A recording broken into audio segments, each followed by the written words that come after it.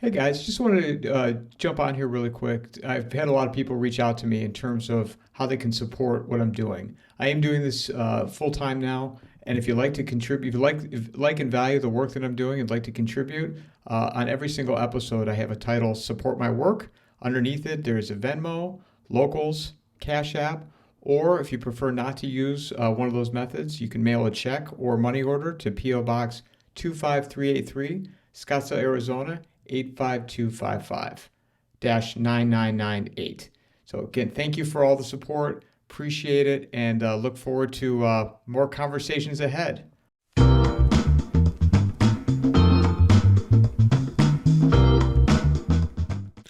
Martin, Happy New Year. Thanks for doing this. And, I want to start off with a very simple question. As Trump's inauguration's on Monday, are we still fucked? I think that word's appropriate. I've been getting a lot of heat for swearing, but I think that word is appropriate for where we are right now as a country. Actually, yeah, we will see. I mean, I've been speaking to people. I was in Congress, I mean, for like the last 2 days. What you have to understand is the people that are in that political sphere have no real experience. So most of them, you really you have to teach them. I mean, that's why, I said, before that I was part of the vetting process. They would send me in to explain how the world economy works. So you're not dealing with people that are attuned to what's happening or even how it functions. So it's really a completely different animal. I mean, I took my son-in-law. He wanted to see what, because I talk about this stuff. He really wanted to go with me to Capitol Hill. I said, "You sure you want to see what I see?" And he said, "Yeah." So I took him. We went in for the day, a whole bunch of different meetings. We left, and he goes, "Oh my God, they don't know anything." I said, "I told you." This is just the way it is. So the last couple of days, what I've been trying to impress upon them is the problem with this whole idea of tariffs, etc. Trump is living in, I would say, the old world that we were taught in school. Keynesian economics, trade balances, things of this nature. And it's so bogus. It's ridiculous. And if you impose these tariffs under this idea that you're going to create domestic jobs, all right, and bring manufacturing back to America, blah, blah, blah, all right, very nice, all right. As I explained to one congressman yesterday, I said, pull up my testimony from before the House Ways and Means Committee. You people are on the wrong planet. They left not because, gee, I get to pay this guy $2 instead of $5. That was not it. The issue is the U.S. taxes worldwide income. Other countries do not. So the question I was answering then was why, for example, no American companies got any of the contracts to build like things in China. And I said, very simple. German companies are already 35% cheaper, just on taxes. All right. So it's not all that, oh, gee, I can get cheaper labor over here versus here. It's also the tax level. And the taxes can be quite dramatic. I became, good friends with Maggie Thatcher. Why? Because I was restructuring, a lot of companies, and if they needed skilled labor, like auto companies, I was putting them in Britain. The ones that needed the tax deals, like airlines. I was putting them in Ireland, and she had heard that, hey, there's this guy sending these companies here, and she wanted to meet me. And we had a conversation. She asked me, "Why are you doing this?" I said, "Because if I put them in Germany, the cost on taxation alone, relative to the employees, the social benefits, all this, is 40% higher than Britain." She wasn't even aware of that. Um, and Maggie was very smart. She picked up on it right away. All right. You put on these tariffs. Sounds nice. Oh, okay, fine. American companies will come back, blah, blah, blah. No, they won't. All right. Um, what will happen is you will then put these tariffs on, even assuming that nobody else retaliates. All right. Then their exports will decline. They will go into a recession. As they go into a recession means they will buy less from us, even if there's no tariff retaliation. So then what happens? The world will go into a recession. And we're looking at a very dangerous situation where the GDP on a global scale can decline by up to 20% going into 2028. All because these people are just operating on old theories that no longer work. I mean, I can tell you, I used to help the Japanese reduce the appearance of a trade surplus. Very simple. All right. I had them buying gold in New York and selling it in London. As long as it's exported, they only look at the amount of money. They don't care what it is. There's nobody at the dock counting the number of Toyotas coming in or BMWs or whatever. These statistics are only on quantity of money going back and forth. That's it. So if I bought gold in the United States, shipped it to London, hey, guess what? We bought something in America and we exported it. Reduces the trade surplus. I mean, you have to understand the numbers, how this stuff all works. And honestly, most economists don't even know. They don't, pick up the rug and look. What was the sense then as you're up there? So when did you get back? Yesterday? Yeah, look, I mean, Were they asked people me if I would come receptive? out for the. Well, they at least listen. All right. I don't know. I was asked to go over to. Was I going to come up for the inauguration? I said no, thanks. Too cold for me. And so they want some meeting by the end of the month over in Palm Beach in Florida. So I guess maybe I'll go to that. But and then see. I'm not real hopeful. Because it's difficult. It's I'm not there bribing people to listen to me. All right. But you have a whole bunch of other people that are lobbyists and they're funding their own agendas. I asked, a friend of mine in Washington, I said, why does everybody call me all the time? And he says, because you yell at them. Because I really don't care. I mean, that's it. I do yell at them. I said, what are you, an idiot? But, I'm not giving them money and there's nothing that I get in return. So I'm not allowed to even charge somebody in government. That's just the way it is. I mean, people have to understand it's all like nuances. I was invited to like the IMF dinner in Washington. They rented the entire National Gallery. It's illegal to buy a congressman dinner, even a slice of pizza. They might change the entire law for a slice of pizza, And here I'm at this dinner, and Everybody's there. Every politician's there, central bankers, etc. Um, and you can have whatever you want, lobster, filet mignon. As long as you stand, it's an hors d'oeuvre and not dinner. This is how they get around shit. I mean, it's a joke. It's an absolute joke. Um, you know, I had to work one night on Capitol Hill. They wanted me to stay.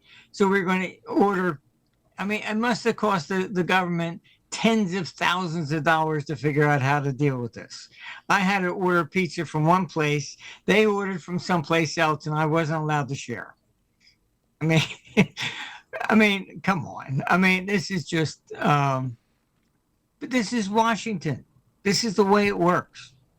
What are your thoughts on Trump's economic team talking about gradual tariff increase plan? Complete nonsense. They don't understand what they're doing. And, you know, I'll tell them that to their face. I mean, what I told Congress just yesterday, all right, I said, look, you want to rejuvenate American manufacture, the economy, etc. All right? Eliminate income tax. Just eliminate it. We don't need it anymore anyhow. All right? What will happen? The companies will come back. Not only will they come back, everybody else will come here to try and be here. I mean, why are people in Hong Kong? Because the tax rate's only 15%. All right? If it wasn't for that, nobody'd be there in Hong Kong. It's a very small city. You know, you'd be there for 3 months and you've been at the same restaurant 5 times, you know.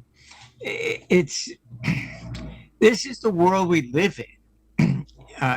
Income taxes are largely just punishment from the socialists anyhow. Income taxes at the federal level are no longer necessary. They were needed historically because the king had to get some money back when it was gold and silver. All right. It's no longer that. You know, people blame the Fed all the time, and they don't even know what they're talking about. It's a lot of it has been misinformation. I mean, you know, a lot of people, oh, the creature from Jekyll Island or what, they don't even understand what took place, and has misrepresented everything from square one. When the Fed was created in 1913, it was absolutely brilliantly constructed. All right. To stimulate the economy, it would buy corporate paper, not government, corporate. So the idea was that if you're going into a recession and banks were afraid to lend, the Fed would buy the corporate paper so they didn't have to lay off employees. All right. Why did the banks own the Fed? Very simple, because it was modeled after what J.P. Morgan did in 1907. They all chipped in the money to bail out the bad banks, because if they didn't, they would be hit. All right. So that's what the Fed was. It was basically the bankers owned it because they were the ones to fund it. That if they got in trouble, the Fed would bail them out, not taxpayer money. All right. Now, over the years, what's happened? World War I came. Government has to issue debt to cover the debt, to cover the war. So they direct the Federal Reserve, oh, you buy government debt, not corporate. They never put it back after World War I. Then you come into World War II, you've got basically, Roosevelt. Why do we have all these branches? Because again, back to the panic in 1907, you had the San Francisco earthquake. on the West Coast. The insurance companies were on the East. The money's moving from East to West. Shortage of cash on the East Coast, so they end up with banks going down. So we had these branches, and go look at a newspaper from 1927. You'll see all the branches, they had their own independent interest rates. If there was a shortage of cash in one region, they would raise it to 4% when everybody else was 3% to attract more money there. Roosevelt, because he wanted to put in this New Deal, usurped all the power of the Federal Reserve, stuck it in Washington. One interest rate fits all. That's it. Then the same thing. World War II, he ordered the Federal Reserve to basically engage in quantitative easing.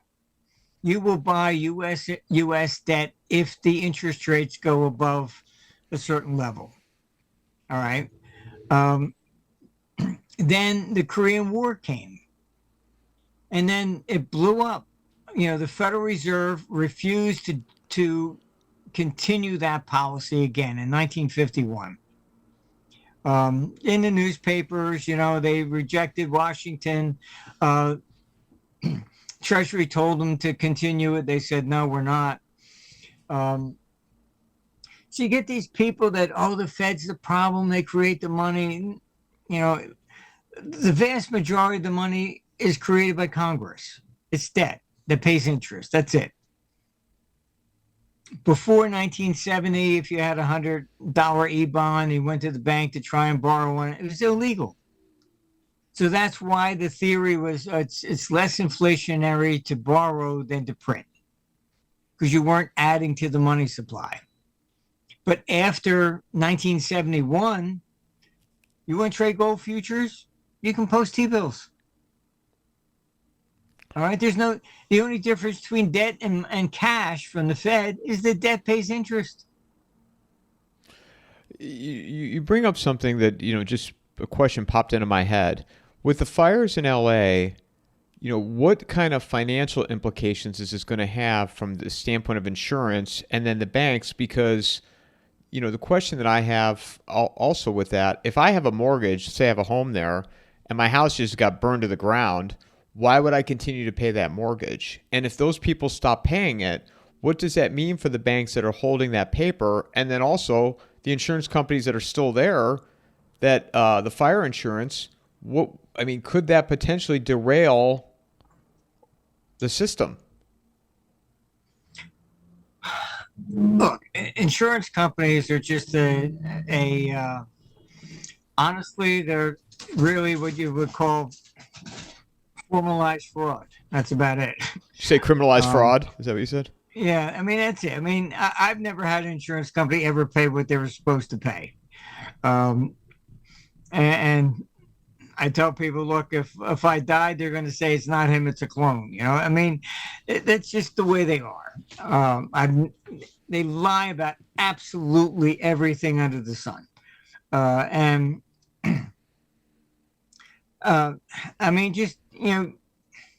You buy a car. They tax you on what you paid for the car. If the car is destroyed 2 weeks later, it's depreciated by 20%. You're paying for the full value. It's fraud in every simple possible way. All right. I wouldn't put it past some of these companies just declaring bankruptcy to get out of it. It will be interesting to see if they actually pay. They will, because they let the reservoirs, go empty. I would think that an insurance company would file a suit against California, that you deliberately created this by mismanagement or whatever. But I see it also as it's kind of like the 1906, San Francisco earthquake. If the insurance companies are on the East Coast, then you're going to have a capital flow from east to west. And then you can create shortages, on the East Coast in cash. All the original reasons we had the Federal Reserve have been nullified. I mean, even Social Security. I mean, it sounded like a nice idea, and then what did they do? Oh, you only buy U.S. government debt. It's a slush fund. Once politicians get their hands in the cookie jar, forget it. It's gone. They will never do what's right for the country, and I don't care what country you're talking about. As you know, they came to me when they were forming the euro. And I warned, this is not going to work. You got to consolidate the debt. What was I told? Well, we just got to get the euro through first, and we'll worry about the debts later. That was 1998. I mean, that later never comes. Well, and also with that too, it's, when government agencies are created, they never go away. So this whole idea of DOGE, right? This Department of Government Efficiency, which to me I think is a total joke. I mean, they're not going to go in and gut the federal government and lay a bunch of people off. Maybe I'm wrong, but I just don't see it. And if they did, what kind of implications would that have from an economic standpoint? I mean, do you see that happening, Martin? I think you got a shot at it because you're talking about Musk, etc. If it was government employees, I would say absolutely zero chance. I mean, this is why you see the press criticizing Trump. Oh, all these people unqualified, blah, blah, blah. That's exactly what we do need. All right. He learned the first time. In 2016, they picked his cabinet. They stuffed it with people like John Bolton, etc. Right? You need qualified people to give confidence to the world because you're not a politician. That was the sales pitch. What's he done this time? He's picked his cabinet before he even gets to Washington. That's a shot across the bow. And then what do you hear in the press? All the leftist press, all these people are unqualified. That's exactly what we need. Because if they're, part of the swamp, you're never going to change anything. I think that they will lay off people. Will they shut down agencies? I would like to see them do that. I think they can certainly be merged. You take the SEC and CFTC. Every other country has one regulatory body. We have two. Why? They should be merged. I argued for that back in the 80s, and I was told, if we did that, we'd have to lay off 50,000 people. That's what you should be doing, But, and this, SEC coming out after, this is retaliation. I mean, the people making those decisions in the SEC are absolute, they're corrupt. As simple as that. Absolutely corrupt. And you're going to see more of this. Every agency is going to fight tooth and nail, like a, even a possum when it's cornered is going to show its teeth. It's just the way it is. Well, and I think what we're experiencing, and this is where I can't see it changing, because to your point, everybody realize everything's a grift nowadays. Like everywhere you go, somebody's grifting you for something, whether it be property tax, insurance, homeowners insurance, grocery store, everything. Like everywhere you go is a grift. So healthcare costs are ridiculous. And people are just slowly, I think, withdrawing from the system because they realize that it's all bullshit. And I don't know how you change that at this point. And I think you're just going to see more people continue to withdraw. It's happening on a global scale, not just here. Look at Germany. They're worried about the AfD going to win. Same thing going on in Britain. I mean, the two hurricanes we had here, um, I'm self-insured. Why? Because they want like 45 grand a year for insurance, which is absolutely nuts. A guy two doors away from me was paying the 45 grand a year. All right. You talk about What homeowners did he get insurance, paid? Mart? Are you talking about homeowners insurance? Yeah. No. I mean, he got zero. Oh, this is flood. Oh, this is, this wasn't caused by that. It cost him $300,000 to fix his house. He was paying 45 grand a year for insurance and got zero.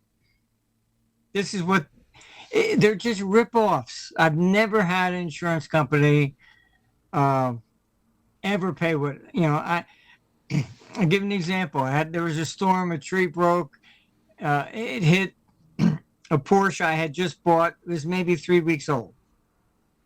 I take the Porsche to the Porsche dealer to get fixed. They send it to Bordentown Auto Body. Bordentown Auto Body then burns down with the car in it.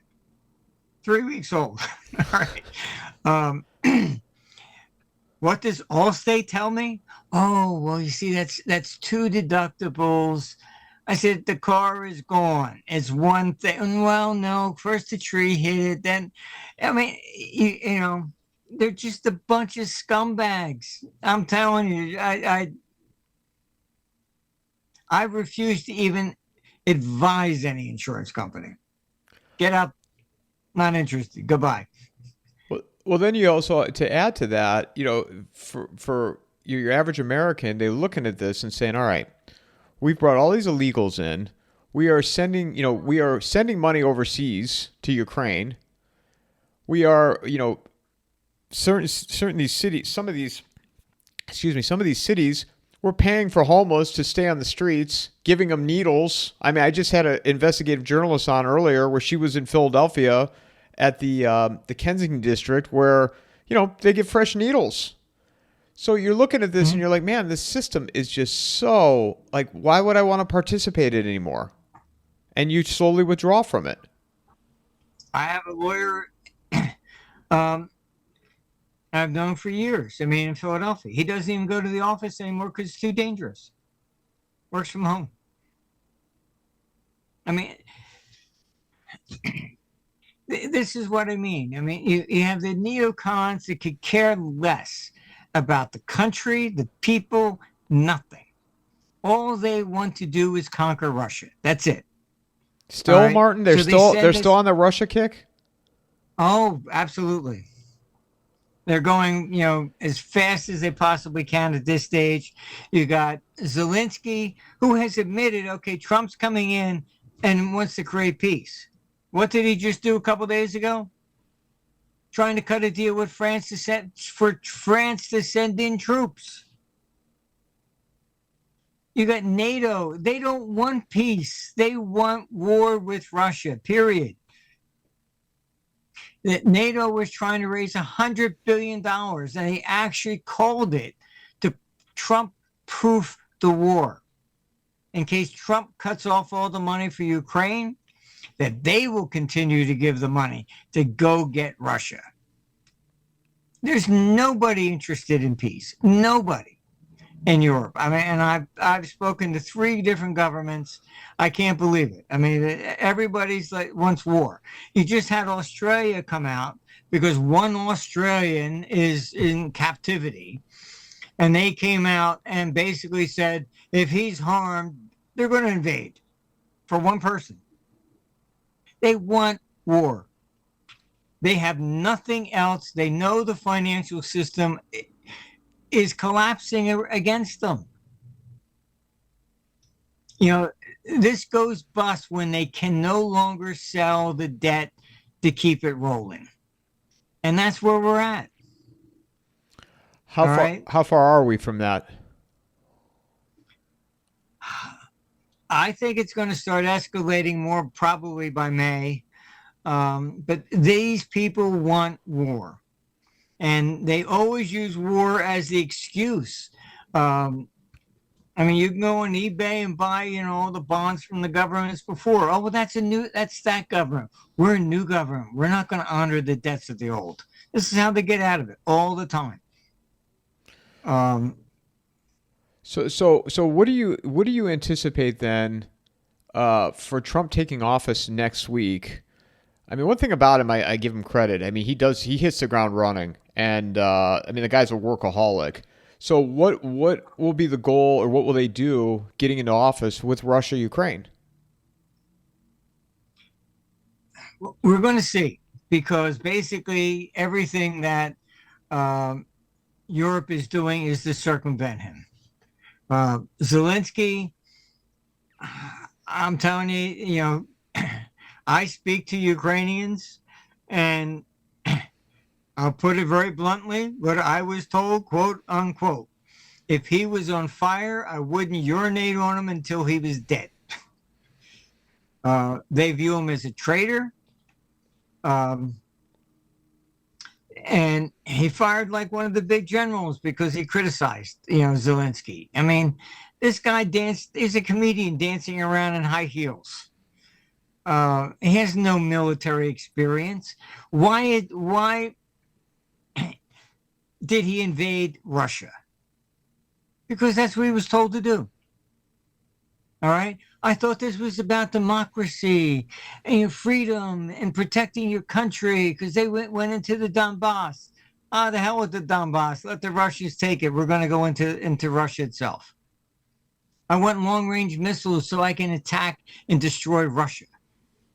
What's this about? It's basically, I can tell you, they're trying to destroy Russia's capability of conventional warfare, which is highly dangerous.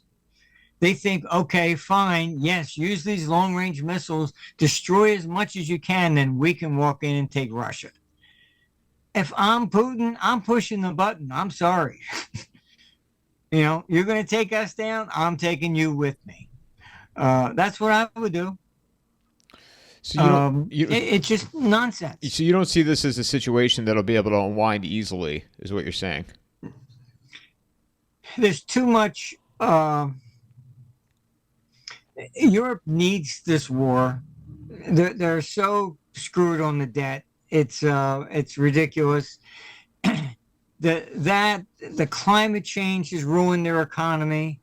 I mean, Nord Stream 2 was not damaged. Germany has voluntarily cut it off. You have Hungary and Slovakia screaming because Ukraine cut off their energy to them. Oh, we got to hurt Russia. Oh, so what are you doing to your neighbors? And then you ask them for money? It's basically a shit fight. Zelensky is a traitor to his own people. He had a peace deal. All right. What happened? Boris Johnson hopped on the plane, went over and said, you're not allowed to have peace. And you can Google it, made the front page newspapers in Ukraine. That's why the Ukrainians hate him so much. And he's a dictator. He has outlawed all elections, called martial law, because he knows he would be thrown out. From their perspective, what I've heard is that they are not allowed to even seek peace for their own country without approval coming from Washington. They're not in charge. That's it. Over 1 million Ukrainians have died since Boris Johnson killed that peace deal. For what? What are you fighting for? The Donbass, which basically has been occupied by Russians for centuries. We had the Minsk Agreement, which was supposed to allow the Donbass to vote for separation. That's how Yugoslavia went. It broke up according to ethnic lines. All right? There's a very simple solution. All right? Oh, no, we have to fight for territory. And what are you going to do with that territory? Nothing. Absolutely nothing. Zelensky's outlawed their language, outlawed their religion. This is freedom, democracy. What if somebody came in the United States and said, I'm Muslim? You have to give up Christianity. You're only going to be a Muslim now. You can't do this kind of stuff. Who do you think is more on the brink then right now? Are they joined at the hip, Europe or United States?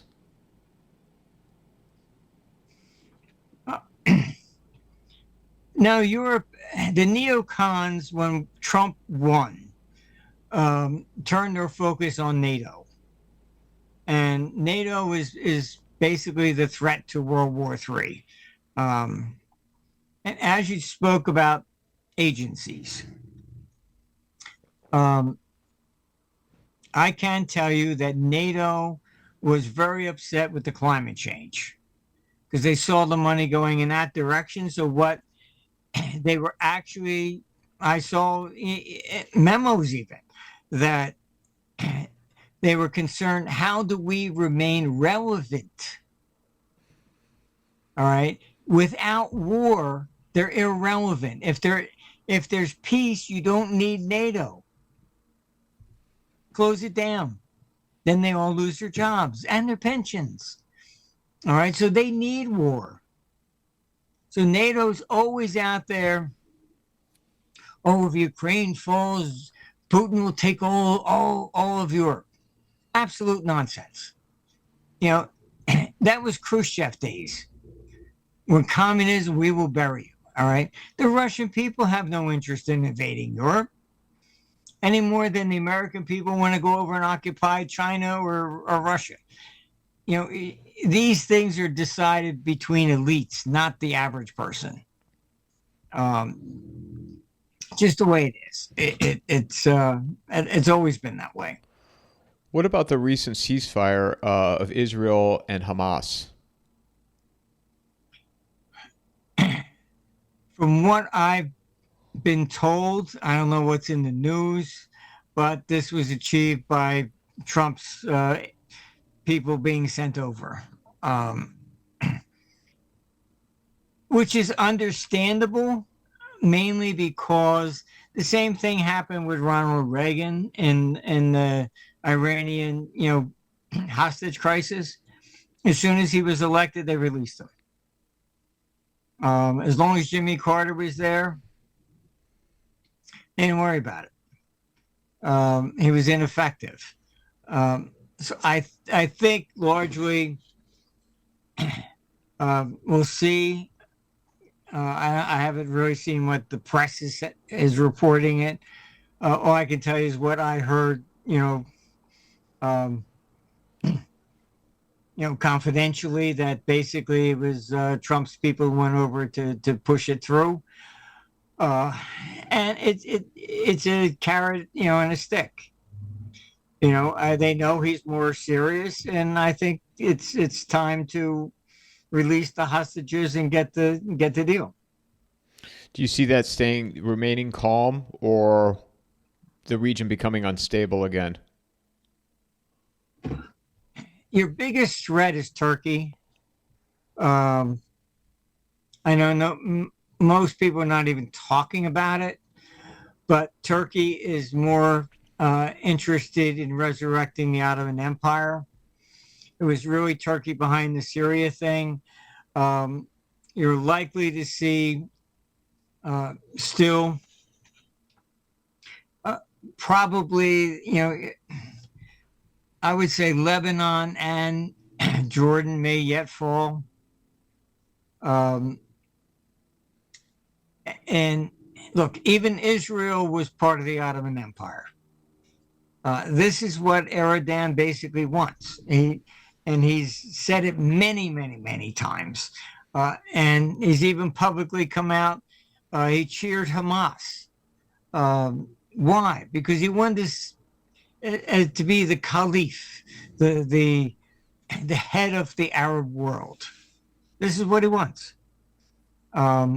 Turkey was that position. That's where Constantinople was. The Turks took down that.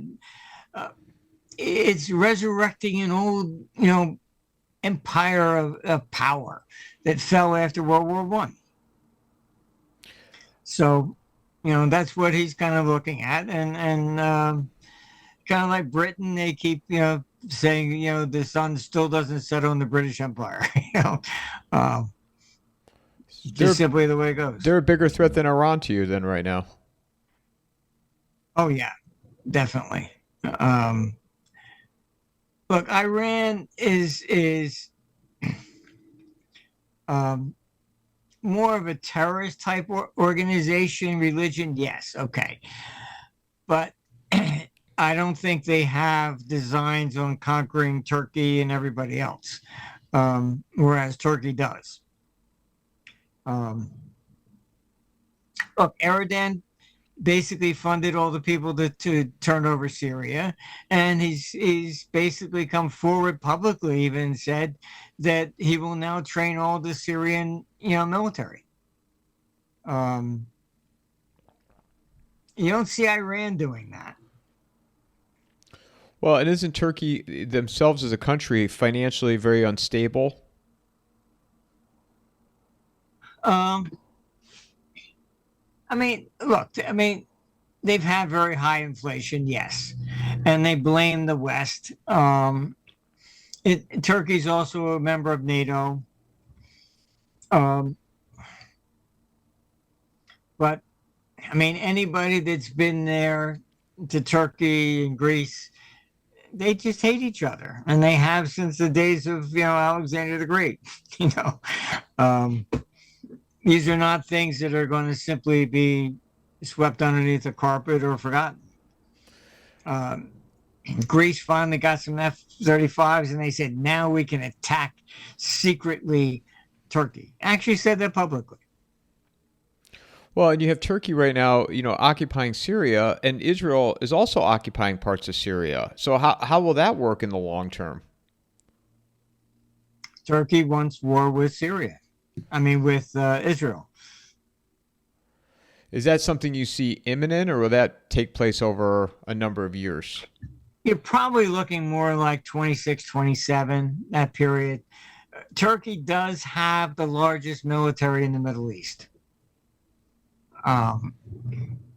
They have the biggest army.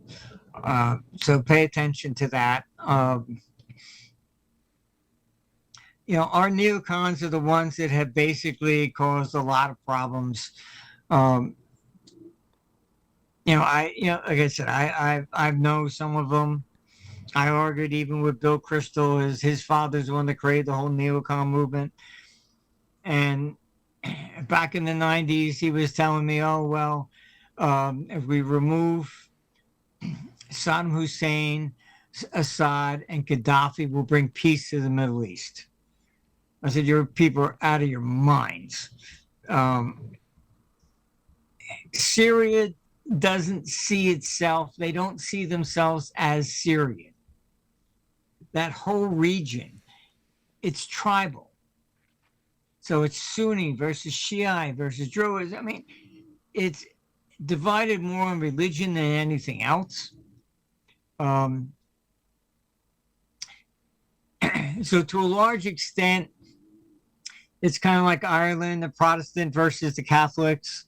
These are not things that are going to be ironed out. They're just there, and they're always going to be there. So shifting back to the United States again, Trump next week, again, taking office. What are your thoughts on the whole Greenland, Canada discussion? Well, I would be against Canada. Greenland, probably a lot of people don't know. When I was back in the 60s, going through engineering and computering and design, etc. Back then it was top secret, but RCA had all the contracts. They were bigger than IBM or anybody at the time. They had all the contracts from World War II. And I had turned down, my father was kind of upset with me, but I wasn't married. The married guys were getting London, Hawaii, Paris, stuff like that. I was not married, so I was offered um, to go to Thule, Greenland, uh, Guam, or Vietnam. Um, Greenland is where I don't think it's classified anymore, but back then they had an installation, NORAD, and it monitored the top of the globe for any missiles that would be coming over from Russia. Um, if there was a nuclear war with Russia, they would be coming across the top of the globe. That's the shortest distance. They're not going to come across the belly, around, over the Atlantic, etc. They're not going to go that way. They're going to come down from the top, which is why Trump is, and he's not the only one that's been long term talking about maybe we should, bring in Greenland. The polls in Greenland, the majority of the people would like to join the United States. But that's why Greenland would be more strategic from a national security perspective. We've been there since, the 60s, maybe the 50s. I don't remember exactly when Thule was opened up. But back then, there were prop planes. And I turned down the tour there because they would just drop you off. That was it. And they couldn't get you out for about a year. So you had to be there in case something happened. I knew a guy that, we were being offered 50 grand a year back in the 60s when a Cadillac was 3,000. Tax free. You had to stay there a year and a day. And I knew a guy that did 2 terms. And I asked him, I said, what did you do? He says, nothing. I watched the same movie probably 30, 40 times, played cards and darts. You just have to be there in case something happened because they can't get anybody in. That was, all top secret back then. But, and that's why they, Trump is not unique in this with Greenland. As far as Canada is concerned, no thanks. I prefer a swap. We give them New England, California, Oregon, and we take Alberta and BC. Thank you very much, and let's call it a day. But give them New York City too, while you're at it. And let them see what the rule of law would be real quickly. That's Panama. I understand we paid for it. Jimmy Carter's the one that just carte blanchely, oh, okay, you can keep it. That was kind of a stupid decision. But so those are the 3 decisions. Canada, I definitely would not want Canada to be the 51st state. Not interested. And I'm not sure he's really serious about something like that. Canada's infested with a lot of lefties. And you just talk to anybody on the West Coast and they don't want to have anything to do with the East Coast. In regards to Greenland, though, too, isn't it come down to the amount of lithium that they have? And this will be easier for the United States to circumvent China? Well, to some degree, yes. But the main thing is national security. If there's going to be a nuclear war, the missiles are going to come over the top of the globe. And the best place to shoot them down would be from Greenland. What is the computer telling you right now in terms from an analysis standpoint where the United States is economically and what the next 6 months to a year look like?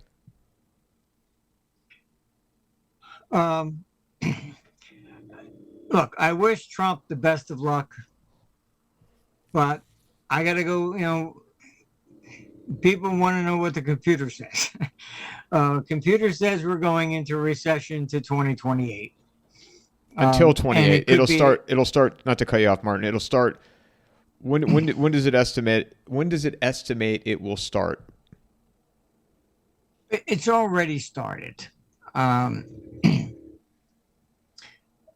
It's complex. Part of it's war. I mean, the dollar has been going up. I mean, you have an awful lot of people that have put out all this stuff. Oh, the dollar's going to crash. Gold's going to go up, blah, blah, blah. All right. Very nice. However,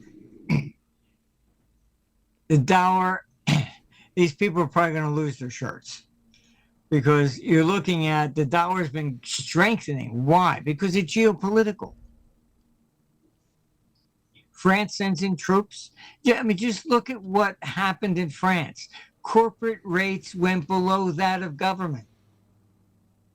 French government interest rates were higher than Greece.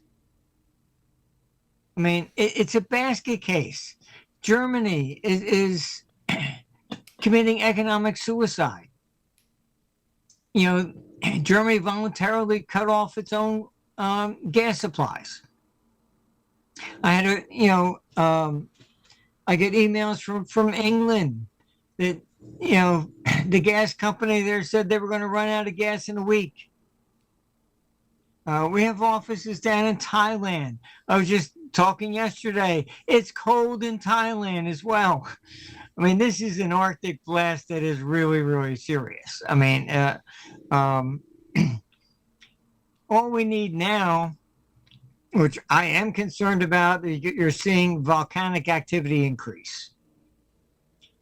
There is a correlation between that and when you go into solar minimum. The theory behind it is that solar minimum is when you get more gamma rays coming than normal. And the gamma rays, like what they use for, you know, medical, so it can penetrate you. And the theory is that perhaps that stimulates the volcanic activity because it can penetrate the earth. I don't know. That's one of the theories that are running around. All I can say is there is a correlation to solar minimum and increase in volcanic activity. The risk there is you get just even one big volcano exploding that says 7.0 or higher. You can go on eBay or I mean, on Amazon and get a book, 1816, The Year Without a Summer. You had a 7.0 plus volcano erupt. It threw so much ash into the sky, it blocks the sun. And it was snowing in New York City in July. Our risk is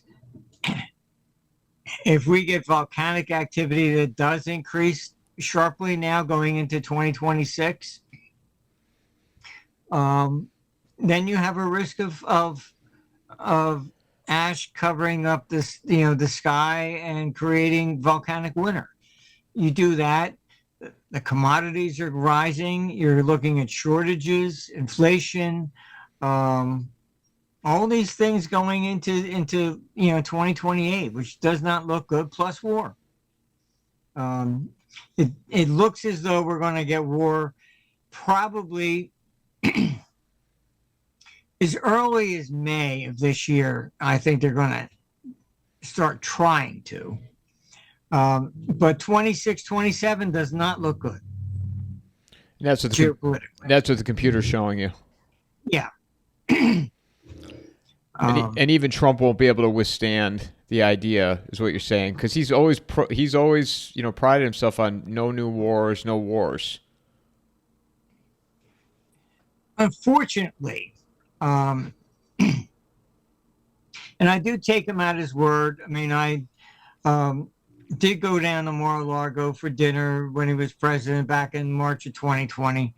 And that's when he said he wanted to pull the troops out of Afghanistan because he was sick and tired of sending letters to their families that they died for God and country. and that's when he did impress me. He said it. He was, um, he said, "What are we doing there? You know, they've been fighting over borders for 1,000 years. What difference are we going to make?" Um, and I have spoken to RFK. He also, that's why I argued that he should be joining Trump, because he was also anti-war. I said, we need people that are anti-war because everybody on the Camilla side wants World War III. Um, but this is the problem. The neocons moved to Europe. And, you know, NATO is just a neocon retirement home. And you look over there, it's exactly opposite. Everybody's preaching war. And I mean, they're even saying, screw the United States. We don't need the United States. So I don't see it as a situation where Trump can avoid it. It's not in his power. And the scheme that they intend to pull off is they need some sort of a false flag to say Russia has done something one way or the other, and then invoke Article 5, and then try and force Trump to send troops in. But look, the last time they did Article 5 was to create the Gulf War. They attacked the World Trade Center. U.S. invoked Article 5, so everybody else joined in and invaded a country that had nothing to do with it. But economically, this is what I was telling Congress yesterday. If you impose these tariffs, okay, their economies are going to decline. As they decline, they will drag you down with them. All right, you cannot do this. We cannot have a booming economy and the rest of the world going into depression. Impossible. All right, so because everything's connected, energy, food, you name it. So I don't see Trump as being able to prevent war. Certainly not going to come from the United States. But that doesn't rule out Europe starting it and the neocons out there doing everything they possibly can to get Europe into it. And here you have Zelensky, clearly a traitor to his own country. You got Trump coming in next week, and he's off with Macron from France, send those troops in. You don't want peace. You just don't. What do you make then also with the whole Bitcoin? And we touched on this last time you and I talked, but it reached 100,000, went back down. Trump has commented on Bitcoin. What are your thoughts on this whole Bitcoin frenzy? I don't think Trump really understands it that well. Look, Bitcoin really got off the ground as a money laundering operation. China and the Chinese figured out that's how they could get their money out. They started buying Bitcoin. All the volume was coming from China. And they could buy it in China and then sell it elsewhere. And you can look it up. That's when the Central Bank of China finally realized it was a money laundering scheme, and they called in all the Bitcoin miners into a meeting. The same thing is happening right now with Europe. They've been buying Bitcoin to get it over here to sell, to get money out. It's going to depend upon, I think the whole Bitcoin thing will come crashing down when they start including it in money laundering, capital controls, things of this nature. Is once you start getting into war in Europe, what will they do? They typically, without exception, they would put in capital controls to prevent money from leaving Europe. Look at World War One.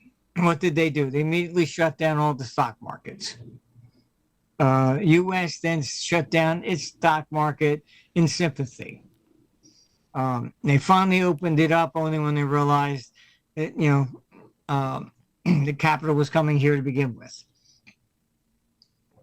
But they will impose capital controls. So get used to that idea. If you're in Europe, I would get some money out of there, and that's part of the strength of the dollar right now. And the smart money's been moving. Like I've said many times before, U.S. was bankrupt in 1896. It's when J.P. Morgan had to lend $100 million to bail out the Treasury. By World War I, at the end of that, we had already displaced Britain and were the financial capital. By the end of World War II, we had 76% of the entire world official gold reserves. That's what made the dollar the reserve. It was war. Europe's running around blowing itself up. The money comes here. You're not going to keep your money in the bank when you got tanks running down the street, blowing up things. You're going to move your money out. And that is what the computer's showing. That's really the strength behind the dollar right now. We got the computer generated 3 yearly, what we call bullish reversals on the dollar at the end of the year. That's saying, look, this is going up. I'd expect the dollar to go higher, probably you're looking into 2028, maybe 29. Capital is just coming in this direction. Europe, it looks like a basket case. Asia is not far behind. Japan may be even the first to default. And look, Korea, they just even arrested the former president. Everywhere you look, it's just an absolute political mess. Yeah, and the question is, which domino will be the first to fall? That's a good question. I'm going to run the models to see, because they're all on the cusp. Germany cutting off its own energy supplies. Germany is the economic core of the EU. You're cutting off the gas supplies because, it might help Russia. Well, you're destroying your own European economy.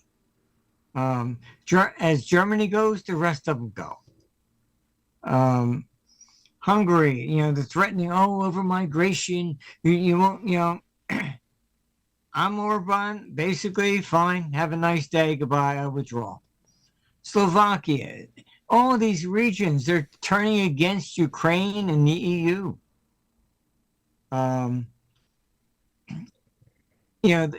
The people that are making these policies, unelected people, by the way,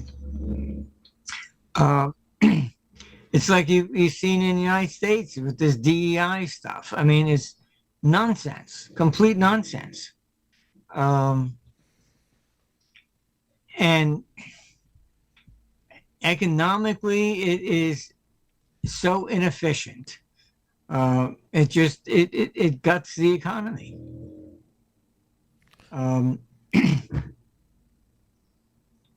When I was called in by China back in the Asian currency crisis of 97, I got to see why communism fell. So I was taken into these things. They were monitoring everything, but they were not interfering. And they had like 249 varieties of tea, and they were tracking everything. And I had to answer questions that were like kindergarten. Why is, this tea selling for $5 here versus $1 here? And I said, well, where's it coming from? Well, here. I said, first you have transportation costs. They go, oh, yeah, okay. And then I said, somebody's going to pay for more for one versus another if they like it. And I could see it. And under communism, if it's $1 here, this like DEI stuff, I mean, it's got to be $1 everywhere, even if it costs us $10 to get it there. That's why communism failed. This idea is fine, we're all equal in rights, but not in talent. So summarizing this on the Bitcoin side, you think the future is not bright for people to invest in Bitcoin? No. Look, I can also tell you here in Florida, we had those 2 hurricanes. The internet was down. You couldn't even use a credit card. If all your money is electronic, good luck. The only thing that worked was physical paper money. That was it. Whoever has come up with this idea of everything's digital, they're out of their mind. Russia just has to put up an EPM bomb over the country and you wipe out the internet. Good luck. Have a nice day. Look, I think having silver coins, some gold, you need something that is not going to go down with the power grid. And that's just speaking as a Floridian from experience right here. Of all your experience and everything you've been through, what is your level of concern as we move into this new, whatever this new age looks like for people of this country, regular people? Well, we have to go through these hard times because that's what wakes up people to say, yes, we need a change. My optimism is that after 2032, I would like to see this move to more of a direct democracy, where we are asked, do we go to war with Russia, yes or no? We're never asked questions like that. I mean, these people have gutted everything that the founding fathers believed in. I mean, just look at these executive orders that Biden just is throwing out, outlawing gas, water heaters for houses. Didn't he just lift on Cuba? It's no longer a terrorist country. Yeah. I can tell you down here, I heard that all the Democrats, I think down here, just suddenly the Cubans, they suddenly turn Republican. But Trump will probably reverse that when he gets in. But look, even in a republic, he wants to outlaw gas water heaters. The people make the laws. Congress should be making that decision, not some bogus executive order, which is a dictatorship. When FDR confiscated all the gold and silver, look it up. That was also an executive order. To me, these things are unconstitutional. They should have been swatted down by the Supreme Court years ago. How can you then say we live in a democracy, which we do not? We have no right to vote on any issue. We live in a republic. And then you take a republic and you basically piss all over it. Congress is not allowed to make the decision. I'm just going to do whatever I want. This is not a government for the people or by the people. Yeah, and I don't think that, and that's where I don't have the optimism of this. These institutions cannot be salvaged, and my concern is, all these promises that were made when they're not delivered, because you can't turn this thing around in a week. To your point, where you've mentioned on here before that this could have been the last election. I could see how that's very possible. And do you still feel that way? Yeah, I 24 may have been it, and um, is Musk and Doge going to be able to reverse the trend? No, not going to happen. What you're going to see is that all these bureaucrats are going to fight tooth and nail to retain their power. Like I say, you just had the SEC filing a suit to charge, Musk. I mean, come on. I mean, over nonsense. But this is, you have people making decisions that have nothing to do with what their power says. But we have to go through this crash and burn. And then people are going to wake up and say, this is it. All right. And at that point, then we're going to end up with a new form of government. My optimism is that, the light at the end of the tunnel is that perhaps this time we learned from these mistakes. All right. There should be no executive orders like this. Nonsense. If we're going to go to war, we should have the right to vote, yes or no. Not some neocon because his father, hates Russians or whatever. I mean, just Blinken, Victoria Nuland, all right, and Garland, all right, three of them all claim that their families are from the Ukrainian area, and all three of their families were persecuted by Russians. How do you get three of those people in the same administration? Look, it's just corrupt. They weaseled their way in to use American power to vindicate for their families and take down the rest of the world with them.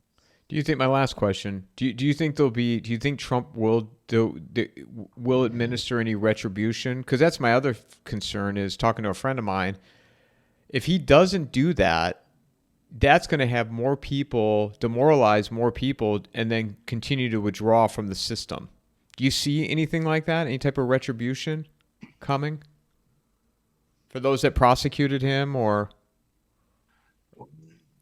I have been speaking to people about legal reform. I've explained what needs to be done. One, a prosecutor should not be allowed to bring charges himself. It should go to a committee. That would eliminate Bragg and Georgia. I mean, she was thrown out, dismissed by the Court of Appeals because you put your boyfriend in charge of it. I mean, come on. Everything it's just so corrupt. You take even the guy that killed the insurance guy, and Bragg went, he has carved it out and charging him with terrorism. Why? So he can make headlines again for himself, because terrorism carries a death penalty. Murder in New York does not. If I'm on the jury and you're charging this kid with terrorism, I'm going to have to say not guilty. Murder, yes, okay. Was it a terrorist act? No. I mean, that's, to me, something that instigated by geopolitical issues or another government. Come on. But they twist everything they can to get the most benefit for themselves. And secondly, you take this judge in New York. He's an absolute disgrace. Absolute disgrace. He's donated money to Biden. His daughter's was helping on Kamala's campaign, and you refuse to recuse. No judge, appellate court, is ever going to rule against another judge in the same district, because they're all buddies. All right. The only way for a legal reform to take place, we need a special court. federal, and state, basically. You want that judge to recuse. He refuses himself to recuse. First of all, the penalty should be that he is stripped of his legal basic license, and a fine should be, the equivalent of whatever he was paid. All right. Make it serious. He knows, I can do whatever I want. Nobody's going to ever remove me. So the heck with it.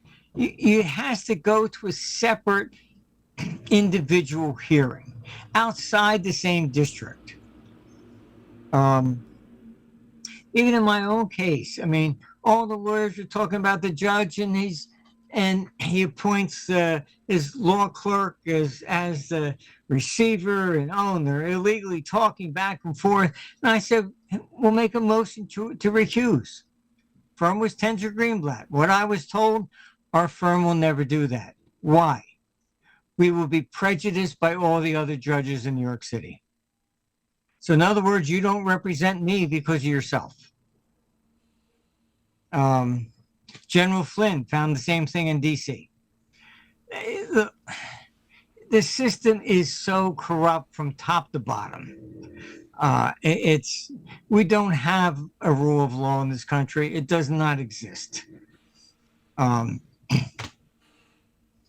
in my case, 7 years in civil contempt. Personally, no. I was put in as the corporate officer, not individually, personally. So personally, I was out having a good old time. The corporate officer was in civil contempt. I mean, look, the fiction is just, it's beyond description. Where can people find you, Martin? ArmstrongEconomics.com. We keep it as a public service, no advertising. You don't have to put your email in to say who you are or anything else. It's complete privacy and it's open. And actually, I hadn't realized it, but we're not blocked anywhere in the world. People in China read it, Russia. It's very interesting why we seem to be, because it's the computer that puts this stuff out. It's not necessarily personal opinion. So, they don't have to worry about on page 3, by the way, overthrow your government stuff, So we found an interesting niche I didn't really count on. As always, thanks for doing this. I look forward to more conversations ahead and continuing to follow your work. Well, we'll see what happens after the 20th, right? I think the carousel is only going to pick up speed, but it's going to provide a lot of opportunity for a lot of discussions. Yes, very true. Thanks, Martin. Mic drop.